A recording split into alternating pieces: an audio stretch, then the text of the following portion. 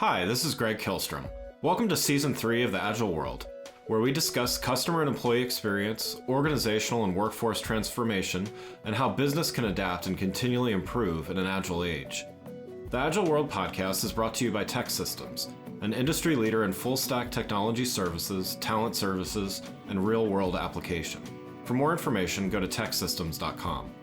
To read more about the topics discussed in this show, you can go to my website at theagile.world and read my latest articles, or get a copy of my latest book, The Agile Workforce, now available on Amazon and other retailers.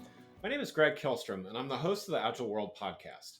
Today we're going to talk about the power of customer and employee stories to create great customer experiences. To help me discuss this topic, I'd like to welcome Gabrielle Dolan, speaker, founder of Jargon Free Fridays, and author of the book Magnetic Stories. Gabrielle, welcome to the show. Thanks, Greg. I'm really excited to be here. Great. Yeah, looking forward to talking. So let's get started by talking about the power of stories and customer experience. Can you talk a little bit about your approach when finding a good story that a brand can use to enhance its CX? Yeah, so one of the things I talk about when it comes to a good story or a brand story is I try to encourage people it's not just one story. So a lot of the times I have clients come to me to say, can you help us develop our brand story? And I go, there's lots of brand stories. So my approach is looking at all the different types of stories you can share to communicate and to, I guess, enhance that customer experience. In my latest book that you spoke about, Magnetic Stories, I talk about the 5 different types of stories, but one specifically is, stories around your culture or your values that can actually really when the customer sort of feels a bit of a loyalty to the brand through the stories you've shared. Yeah.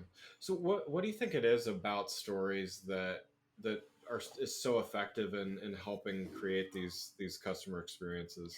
Yeah, well, I guess it's looking predominantly of why stories are so effective. So, I mean, stories can do a lot as well as creating a great customer experience. But there's a lot of research that shows that, when we hear stories, we have this emotional connection to. So we relate to the story, but we also relate to the storyteller. So there's all this research that shows that as humans, yes, we want logical information, we want data, but ultimately we're emotional beings. So we relate more effectively to stories. So we not only, I see a lot of people, good storytellers, whether they're sharing stories to their employees or to their customers, it not only helps get the message across, but it actually strengthens the relationship between the storyteller and the person receiving the story. Yeah, I would imagine it helps them remember it better. It makes it a little more personal, right? Is that something you Yeah, think? absolutely. It's one of the powers of story is, and if you've ever experienced that feeling of why don't they get this? It makes such logical sense. Right. My advice is we'll try sharing it through a story because through the story people not only understand the message more effectively, or they understand it better, but they actually remember it, and they could potentially retell other people the story. So, and that's really important when it comes to customers, because if you create a great experience for one customer, they can sort of become your brand ambassadors, but it's the story that they can continually share. Yeah, that makes sense. Could you give an example of a story? How that made a positive impact on a brand.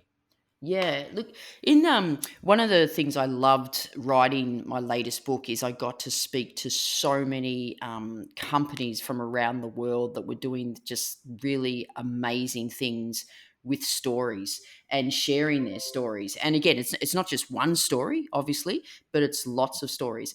One of the to give an American example, I interviewed Columbia Restaurants in Florida, which was one of the oldest restaurants in Florida, and they do amazing stuff with story. So they use story on their menu, they use story on their website, they use story in their wine list, they use stories as part of their induction program, and they use stories on their social media. And one little, like, this is just a little specific example of I guess a customer story, is that they share stories about their customers but make the customers the hero. But one example was in Valentine's Day, last year. They put a story on their social media on Facebook, and it was about a couple that had celebrated their wedding anniversary at the Columbia restaurant for 72 years. And they talked about how they came to the restaurant for their first wedding anniversary, and they came back on their second wedding anniversary and coincidentally were seated at the same table.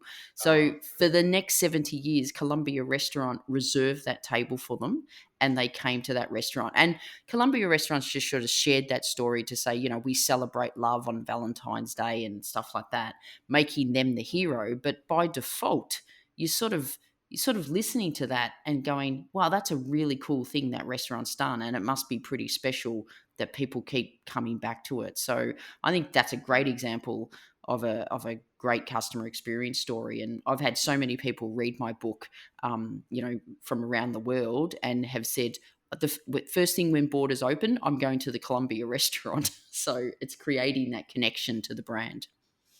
Yeah, and that's so much more memorable and just, emotional than them saying we love our customer. I mean, sure, I'm sure they say that in one way or the other, but it's in a way it's kind of proving it, right? Yeah, and that's what the story does. The story provides the proof, not just saying, you know, like that could easily be shared a story, go, oh, our customers love us. We have customers coming back for 72 years. And it's sort of that's sort of factual information, but it's the story that creates the connection and creates the social proof. So how do you measure a good story? Like, in other words, like what makes a good story, and how do you determine that it's being successful? It's not like website visits or clicks on ads or something. Like how do you measure that it's being effective? Yeah, and look, sometimes, like a lot of things, sometimes these are hard to measure, but I think the ultimate test of a really good story and how you measure it is when people retell it. So if people are retelling the story, that is ultimately what you want out of a story. Now that can is clearly hard to measure, so that's like anecdotal evidence. I did have one of the companies I spoke about in the book is a company from Melbourne, Australia, and they're called Goodwill Wine. And I interviewed the CEO who founded the company about 10 years ago, when he'd lost his entire, you know, life, and not life, but property and everything, from a massive bushfire. And with the funding, he started this wine company where he donates 50% of all profits to charities. And he has this story on his website about how he started and the good things they're doing.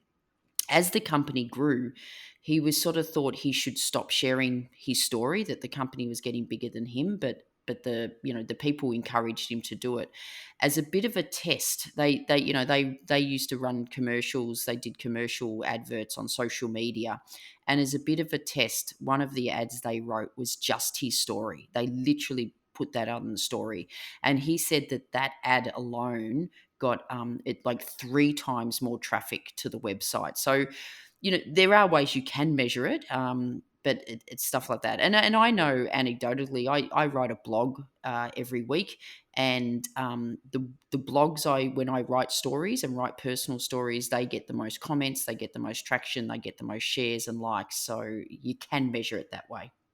Let's talk a little bit. I know we touched a bit on your book, but let's talk a little more specifically. And just what was your reason for writing the book, and what are the main insights you want people to get from it? Yeah, it's a good question, Greg. Every time I write a book, I sort of think, that's I've written enough on storytelling. Like there's only so much you can write on storytelling in business, and that was certainly the case when I wrote my last book. But what I started to notice was that a lot of people were talking about brand storytelling recently, and they were doing a couple of things. They were sort of saying, "This is our brand story," and when I'd look at it, I would go, but that's not a story. It's a timeline, or it's a slick corporate video, but it's actually not a story. And I'd also be, as I said before, it's not just one story. And I also, came across people that had amazing stories, that weren't sharing them, and they weren't sharing them because they either didn't know how, or they didn't think people would be interested, or they just didn't understand the power of sharing the story.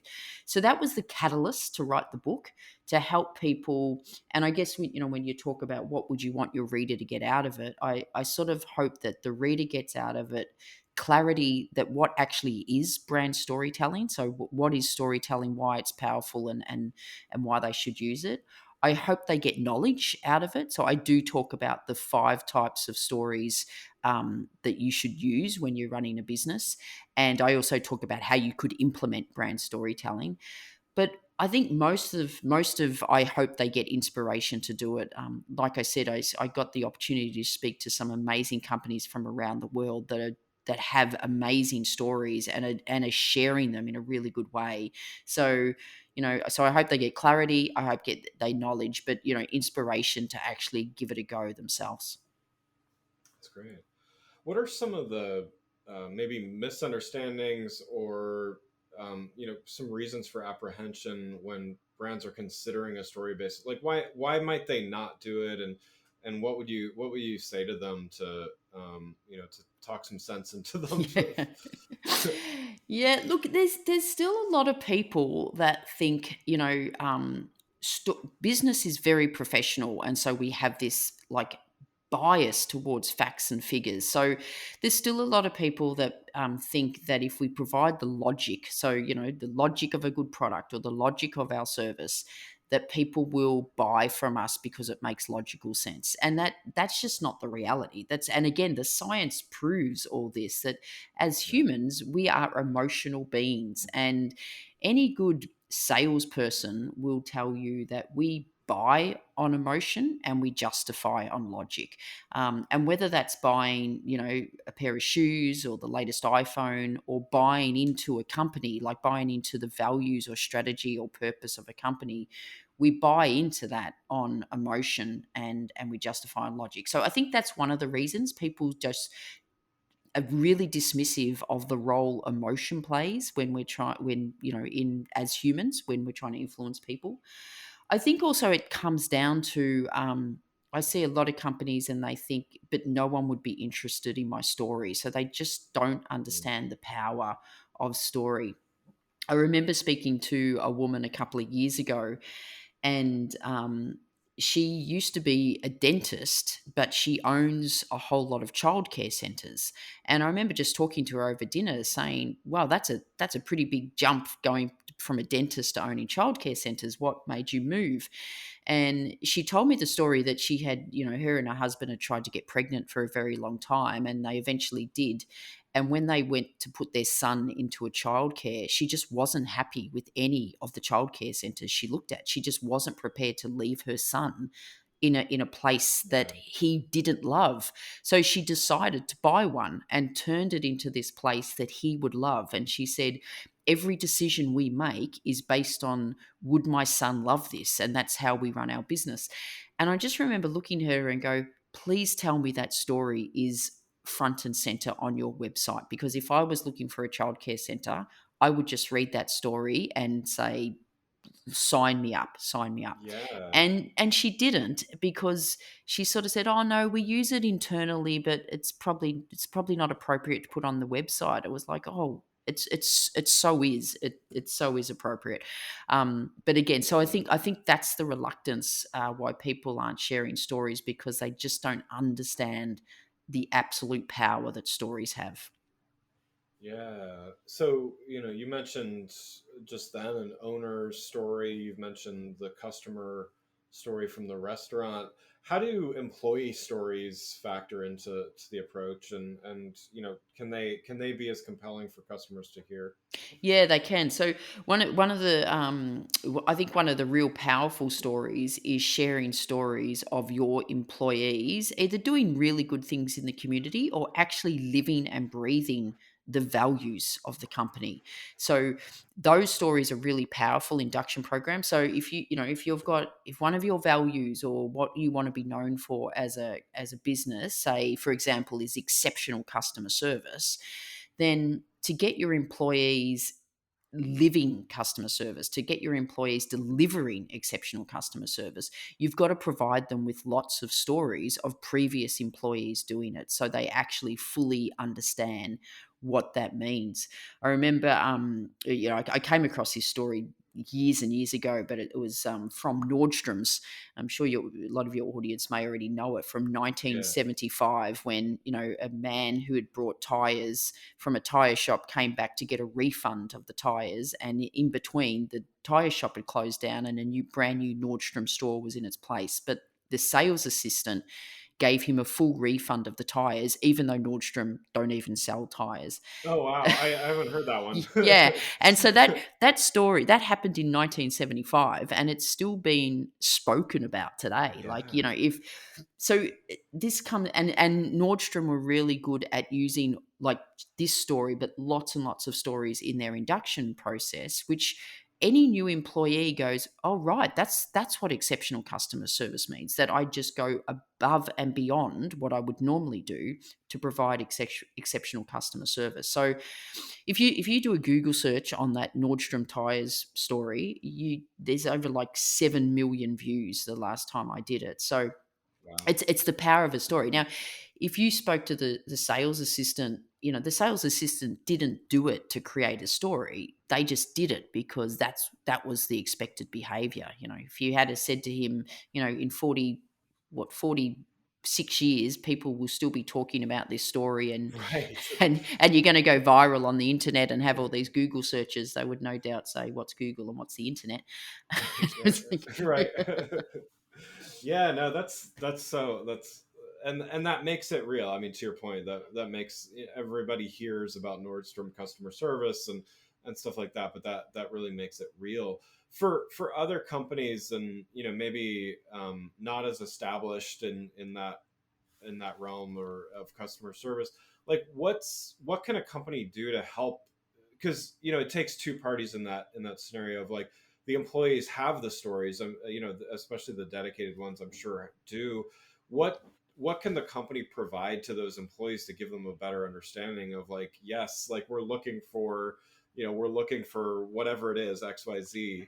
Yeah, yeah, Greg. So well, that's to me. So I sort of I talk about this 5-step approach to implementing brand story, and the first step is sort of what you've defined. What is what is it we want to be known for? So, do we want to be known for exceptional customer service? Do we want to be known for integrity? Do we want to be known for innovative? Do we want to be known for easy to deal with? So the first step is you have to actually define what you want your brand to be. So a lot of companies do this. They call them values, for example, but don't really then embed them as much. So the first step is defining what you want them to be. I think the second most important step, and this is overlooked a lot, is you need to educate your employees around brand storytelling and the role they can play. So, for example, not only helping them find and share stories, but also helping them understand that what they do creates stories. So that education process is really, really critical, and how they can share stories well, because you don't want to be sharing a story and taking 5 minutes to do it. And then that education process starts what is like a cyclical process of 3 things, where you collect the stories, you communicate them, and you create them. And it starts this ongoing cycle of someone doing something well. Let's make sure all our employees know about it, they can communicate it, and then they create stories. One of Going back to the Columbia restaurant, they don't only just share stories about their customers, they don't only just share stories about their employees, but they'll have backstory. So they've got this massive chandelier in the foyer, and there's a backstory to that. The wine, the bakery, they use the bakery, they've been using the same bakery for over 100 years, and there's a story behind that. And what they do is they make sure every single one of their employees knows that story, so when they're talking to the customer, they can tell that story. Which, again, when you talk about enhancing a customer experience, if you're just eating a simple bread roll, but you hear the story about how this company has been using the bakery for 100 years, and how the great grandfather knew the great grandfather of that bakery, it enhances the customer experiences. So it takes it just from a a meal to an experience. Well, one last question before we wrap up. As a fellow author, I always like to ask this question. So, about the process of writing. So, this wasn't your first book, as you mentioned, but what were there some things that you learned in the process, or some things that you would do differently, or just any learnings from writing this book? Yeah, look, this is my sixth book, and I must admit, every time I write a book, it does get a little bit easier. So I think the first book I wrote, it took years and years, and I sat on it. What I tend to do is I come up with the idea, and I do speak to my publisher to see if it's sort of Right. worthy. Um, and what I tend to do now, and I've done this for the last couple of books, is before I used to just sit down and write, but this time I sort of map things out and I collect all my ideas and I collect potential stories I could use, and then I start writing. And I don't know if this is with you, Greg. I get to a certain point. It's normally about the 15,000 word mark, which is, books need to Yeah. be, 50 type thousand words.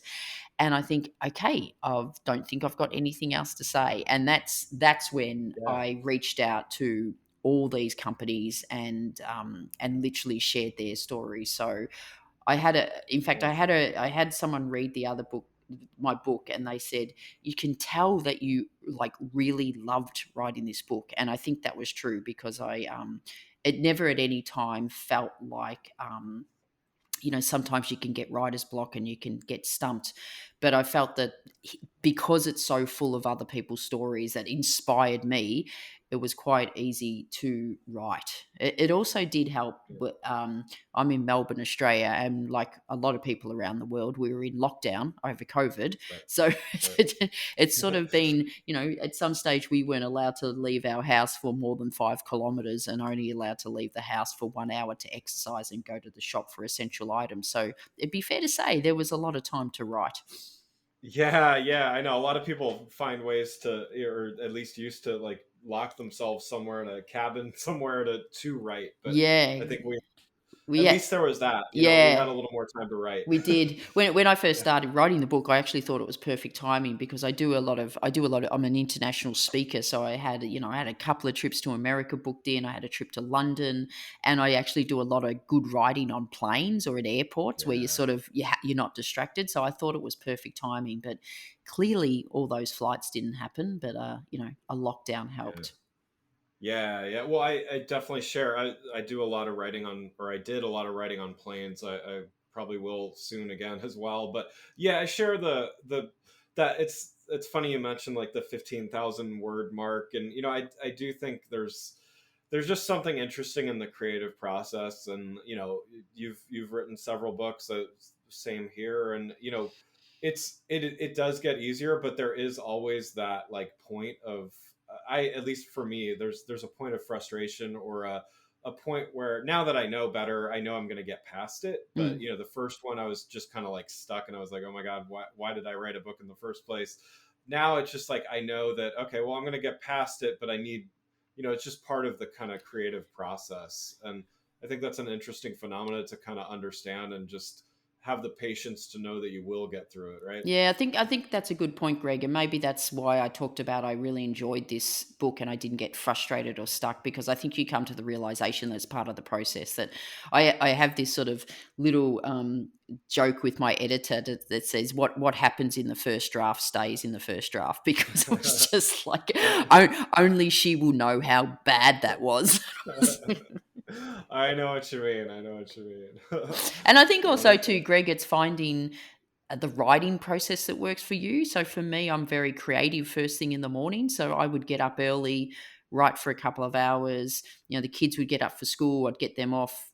I'd write again. I'd go to gym, like go for a run or something, and then write again. And it's only in the afternoon I would go back and edit and stuff. So I Yeah. think for me, it's separating writing and editing as two completely different tasks, and don't try to do them at the same time.